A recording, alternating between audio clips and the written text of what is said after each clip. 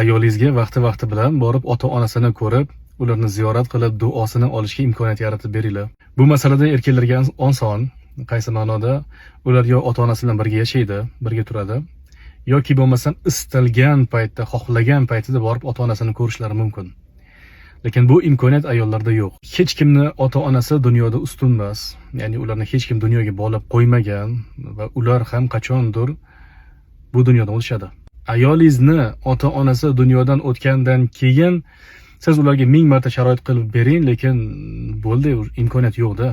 Ularni tirikligida qadrlashlik kerak. Xudo xolasa yaxshi bo'ladi. Afsuslanarli narsa, ba'zan shunaqa narsalar eshitiladi. Erlar, ba'zan qaynonalar ruxsat bermas ekanda, qaynotalar "Yo, bormaysiz" deb ruxsat bermaydi, taqiqlaydi. Kelinga borib ota-onasini ko'rishga. Ayniqsa qiz farzand katta qilayotganlar bu narsa o'z eliga qaytib keladi. Oson emas. Hamma uchun ota-ona juda ham qadrli va aziz insonlar hisoblanadi. Ularni tirikligida qadriga yetadigan bo'lsak, Xudo xolasa yaxshi bo'ladi, baraka bo'ladi.